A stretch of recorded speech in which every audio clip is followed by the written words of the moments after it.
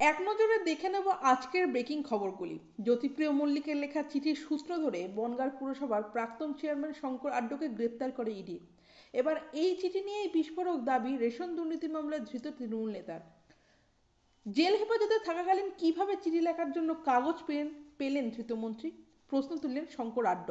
Ration দুর্নীতি মামলায় কোনোভাবেই জড়িত নন বলে দাবিও করেন তিনি। শঙ্কর আড্ডর ইডি হেফাজত শেষ হয়েছে শনিবার। এদিনই তাকে ইডির বিশেষ আদালতে পেশ করার কথা। তার আগে স্বাস্থ্য পরীক্ষার জন্য সিজিও কমপ্লেক্স থেকে বেরোনোর সময় একবার নিজেকে নির্দোষ বলে দাবি করলেন শঙ্কর আড্ড। তিনি বলেন, আমার কোনো মিল নেই, আমি রেশন সরবরাহকারী নই, ফলে খাদ্য দুর্নীতির সঙ্গে আমি কোনোভাবেই জড়িত হতে পারি না। এরপরই পাল্টা প্রশ্ন তোলেন শঙ্কর আড্ড, বলেন জেল হেফাজতে থাকাকালীন উনি কিভাবে কলম কাগজ পেলেন সেটা দেখা হোক, তাহলে সত্যিটা বোঝা যাবে। রেশন দুর্নীতিতে ধৃত মন্ত্রী জ্যোতিপ্রিয় মল্লিকের সঙ্গে আর্থিক লেনদেনের অভিযোগের প্রসঙ্গে মুখ খোলেন শঙ্কর।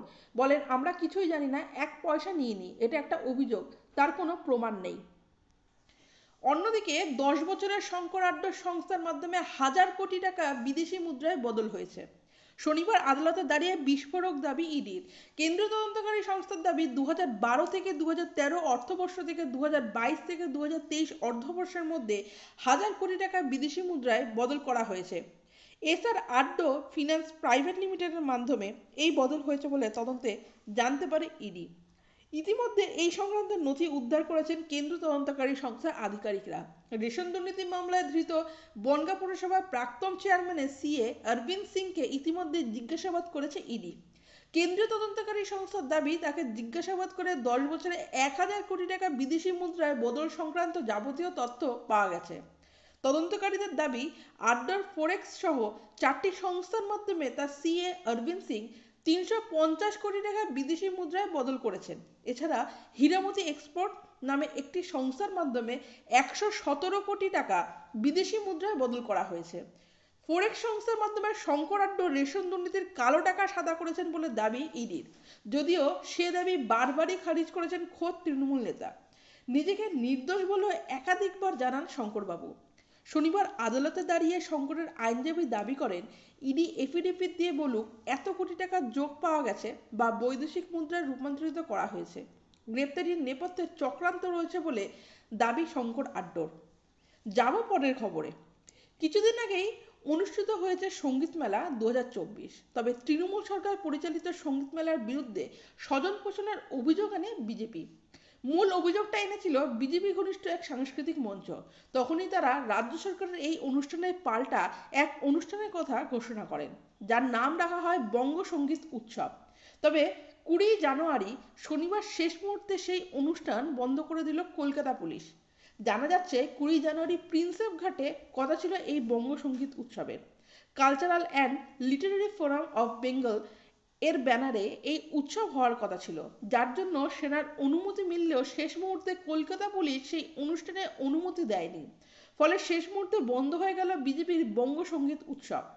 পুলিশের তরফে মঞ্চ খোলার নির্দেশ দেওয়া হয়েছিল বলে খবর। এই ঘটনায় কটাক্ষ করে বিরোধী দলনেতা শুভেন্দু অধিকারী বলেন, কি করবেন, মমতা বন্দ্যোপাধ্যায় একাই গান করবেন, হাম্বা রাম্বা খাম্বা খাম্বা, এপাং ওপাং ঝাপাং। ওনার সঙ্গে লতা মঙ্গেশকরের কথা হতো, আশা ভোসলের কথা হয়, সন্ধ্যা দিয়ে ওনাকে গান শিখিয়ে গেছেন, তাই উনি একাই গান করবেন। উনি যাকে সঙ্গীত শিল্পী বলে বঙ্গভূষণ বঙ্গবিভূষণ দেবেন, তাদেরও ডাকবেন না, তারা নাকি সঙ্গীত শিল্পীই নন। উনি যাদেরকে ঠিক করবেন তারাই গাইবেন। 1 মাস আগে থেকে ঠিক করা অনুষ্ঠান গায়ের জোরে বাতিল করে দেয়। পাশাপাশি মুর্শিদাবাদে অধীর চৌধুরী কোনো ফ্যাক্টরি নন বলে কি আদতে নেতা রাহুল গান্ধীকে চ্যালেঞ্জ করলেন মমতা বন্দ্যোপাধ্যায়, যে রাহুলের ভারত জোড়ো ন্যায় যাত্রা কলকাতা বা দক্ষিণবঙ্গের অধিকাংশ জায়গায় প্রবেশ না করলেও অধীরের খাস তালুক মুর্শিদাবাদে দিয়ে যাবে। ওয়ানডের কংগ্রেস সাংসদের যাত্রার রুটম্যাপ অনুযায়ী কোচবিহার এবং শিলিগুড়ির পাশাপাশি মুর্শিদাবাদেও আসবে রাহুলরা। সেই যাত্রা যখন মুর্শিদাবাদে এসে পৌঁছায় তখন অধীরকে পাশে নিয়ে রাহুল কোনো পাল্টা জবাব দেন কিনা সেদিকে তাকিয়ে আছে রাজনৈতিক মহল। আর সেই যাবতীয় জল্পনা শুরু হয়েছে শুক্রবার সন্ধ্যা থেকে। শুক্রবার মুর্শিদাবাদের তৃণমূল কংগ্রেসের জেলা নেতৃত্বের সঙ্গে কালীঘাটে নিজের বাড়িতে বৈঠক করেন মমতা বন্দ্যোপাধ্যায়। সেখানে একেবারে সরাসরি তিনি জানিয়ে দেন যে ঐক্যবদ্ধভাবে লড়লে মুর্শিদাবাদে কোনো ফ্যাক্টরি হবেন না অধীর রঞ্জন চৌধুরী, যিনি বহরমপুরে কংগ্রেস সাংসদ এবং লোকসভায় কংগ্রেসের দলনেতা। বরং অধীরকে রুখেই রাজ্যের 42টি লোকসভা আসনে জয়ের জন্য ঝাঁপানোর নির্দেশ দিয়েছেন মমতা বন্দ্যোপাধ্যায়। অর্থাৎ মমতা স্পষ্ট করে দিয়েছেন যে পশ্চিমবঙ্গে ইন্ডিয়া জোটের সম্ভাবনা দেখছেন না, সেটার কারণও ব্যাখ্যা করে দিয়েছেন তৃণমূল সুপ্রিমো। দেখব পরের খবর। ফের রাজ্যে আসছেন মোহন ভাগবত, থাকবেন টানা 3 দিন। লোকসভা ভোটের আগে রাষ্ট্রীয় স্বয়ংসেবক প্রধানের ঘন ঘন বাংলায় আসা বেশ তাৎপর্যপূর্ণ বলেই মনে করছে রাজনৈতিক মহল। সূত্রের খবর, সাংগঠনিক কোনো বৈঠক নয়, ব্যক্তিগত কাজেই শহরে আসছেন মোহন ভাগবত। 22শে জানুয়ারি অযোধ্যার রাম মন্দির উদ্বোধন, রামলালার প্রাণ প্রতিষ্ঠা ঘিরে সেখানে বিরাট আয়োজন, থাকবেন মোহন ভাগবত।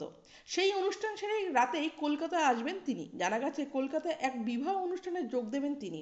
পরদিন অর্থাৎ 23শে জানুয়ারি সকালে যাবেন বারাসাত। নেতাজি সুভাষচন্দ্র বোসের জন্মবার্ষিকীতে নেতাজি লৌহ প্রণাম অনুষ্ঠানে যোগ দেবেন। পরদিন অর্থাৎ 24শে জানুয়ারি ফিরে যাবেন। গোটা শহরে কোনো সাংগঠনিক বৈঠক নেই আরএসএস প্রধানের। যাব পরের খবরে। ইডি হেফাজত শেষে এবার জেলযাত্রা বনগাঁ পুরসভার প্রাক্তন চেয়ারম্যান শঙ্কর আড্ডর। শনিবার ব্যাংশাল কোর্টে তাকে পেশ করা হয়। বিচারক শঙ্করবাবুকে জেল হেফাজতের নির্দেশ দেন। আগামী 3রা ফেব্রুয়ারি পর্যন্ত জেল হেফাজতে থাকবেন তিনি। এদিন বিকালে তাকে নিয়ে যাওয়া হয় প্রেসিডেন্সি সংশোধনাগারে। এই জেলেই রয়েছেন প্রাক্তন শিক্ষামন্ত্রী পার্থ চট্টোপাধ্যায়, বনমন্ত্রী জ্যোতিপ্রিয় মল্লিক ও মানিক ভট্টাচার্য। এদের সঙ্গে রয়েছেন এবার শঙ্কর আড্ড। রেশন দুর্নীতি মামলায় রেডির হাতে গ্রেপ্তার হওয়া বনগাঁর প্রাক্তন পুরপ্রধান শনিবার ব্যাংশাল আদালতে পেশ করা হয়। তার অসুস্থতার কথা জানিয়ে আইনজীবী হাসপাতালে ভর্তি করা সওয়াল করেছিলেন, কিন্তু সেই আবেদন খারিজ হয়। বিচারপতি 23 তারিখে পর্যন্ত জেল হেফাজতের নির্দেশ দেন। শঙ্কর আড্ডকে আদালত থেকে সংশোধনাগারের উদ্দেশ্যে নিয়ে যাওয়ার সময় সাংবাদিকদের প্রশ্ন করলে তিনি বলেন, ভগবানের বিচার করবেন, যে চক্রান্ত করেছে ঈশ্বর তার বিচার করবেন। এদিন আদালতে বারবার নিজেকে নির্দোষ ষড়যন্ত্রের শিকার বলে দাবি করেছেন শঙ্কর আড্ড। এদিকে শনিবার আদালতে দাঁড়িয়ে বিস্ফোরক দাবি করে ইডি। কেন্দ্রীয় তদন্তকারী সংস্থার দাবি 2012 থেকে 2013 অর্থবর্ষ থেকে 2022 থেকে 2023 অর্থবর্ষের মধ্যে 1000 কোটি টাকা বিদেশি মুদ্রায় বদল করা হয়েছে। এসআর আড্ড ফিন্যান্স প্রাইভেট লিমিটেডের মাধ্যমে এই বদল হয়েছে বলে তদন্ত থেকে জানতে পারা যায়।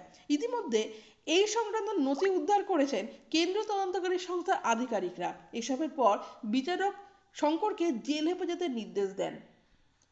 চোখ রাখবো পরের খবরে। তামিলনাড়ুর রঙ্গনাথস্বামী মন্দিরে প্রধানমন্ত্রী নরেন্দ্র মোদী। এই প্রথম দেশের কোনো প্রধানমন্ত্রী এই মন্দিরে এলেন। আর এই মন্দিরে এক হাতির সঙ্গে তার সাক্ষাতের ভিডিও ভাইরাল হলো। সেই ভিডিওতে দেখা যাচ্ছে হাতিটি মোদীকে আশীর্বাদের পাশাপাশি মাউথ অর্গানও বাজিয়ে শোনাচ্ছে। এদিন মোদীর পরনে ছিল তামিল সম্প্রদায়ের ঐতিহ্যবাহী পোশাক, ভেস্টি অর্থাৎ ধুতি ও অঙ্গস্ত্রম অর্থাৎ শাল পরে এদিন মন্দিরে প্রবেশ করতে দেখা যায় তাকে। পুরোহিতরা তাকে উপহার দেন সদরি অর্থাৎ মুকুট, আর সেই সঙ্গে সঙ্গেই তাকে দেখা যায় অন্ডাল নামের একটি হাতির সঙ্গে সাক্ষাৎ করতে। সেই হাতি প্রধানমন্ত্রীকে আশীর্বাদ করলো, পাশাপাশি মাউথ অর্গানও বাজিয়ে শোনালো। পরে মন্দিরের মূল বিগ্রহের সামনে হাত জোর করে প্রণাম করেন প্রধানমন্ত্রীকে, পুজো দেন, পান করেন চরণামৃত। প্রসঙ্গত, এই মন্দিরের আরাধ্যা দেবতা শিব। মনে করা হয় এখানকার প্রধান যে লিঙ্গ সেটার আরাধনা করেছেন স্বয়ং রাম ও সীতা। দেখব পরের খবর। দুবাইয়ের শঙ্কর আড্ডর সংস্থার সন্ধান পেয়েছে ইডি। অভিযোগ, শঙ্করের ছেলের নামে থাকা ওই সংস্থার লগ্নি করার নামে বিদেশি পাচার হয়েছে প্রচুর টাকা। ইডির দাবি, শঙ্কর আড্ডার মাত্র একটি সংস্থার 10 বছরের টার্ন ওভার 1000 কোটি টাকা। ওই সংস্থার মাধ্যমে বিপুল মুদ্রা বিনিময় হয়। শঙ্কর ও তার পরিবারের নামে যে 11টি ফরেক্স সংস্থার সন্ধান মিলেছে, সেইগুলির মাধ্যমে প্রায় 2500 কোটি টাকা বৈদেশিক মুদ্রা বিনিময় হয়েছে। এদিন ইডির আদালতে আবেদন ইডি জানিয়েছে, শঙ্কর আড্ড চার্টার্ড অ্যাকাউন্টেন্ট 4টি ফরেক্স সংস্থার মাধ্যমে তার 350 কোটি টাকা বৈদেশিক বিনিময় মুদ্রায় পরিণত করেছে। শঙ্করের অন্য একটি সংস্থার মাধ্যমে বৈদেশিক মুদ্রায় পরিণত হচ্ছে 117 কোটি টাকা। 2013 থেকে 2023 সালের মধ্যে শঙ্কর আড্ডর সংস্থার টার্ন ওভার 1000 কোটি টাকা। পরের খবর। তৃণমূলের লোকজনও তাকে চিনতেন রাজেশ নামে। গ্রেপ্তার হওয়ার পর জানতে পারেন নাম আসলে প্রসন্ন রায়। নিয়োগ দুর্নীতির তদন্ত করতে নেমে প্রাক্তন শিক্ষামন্ত্রী পার্থ চট্টোপাধ্যায়কে গ্রেপ্তার করার কিছুদিনের মধ্যেই কেন্দ্রীয় সংস্থা ইডি গ্রেপ্তার করে মিডলম্যান প্রসন্নকে। পার্থ এবং প্রসন্নের মধ্যে যোগসূত্র মিলেছে বলে ইডি সূত্রে খবর।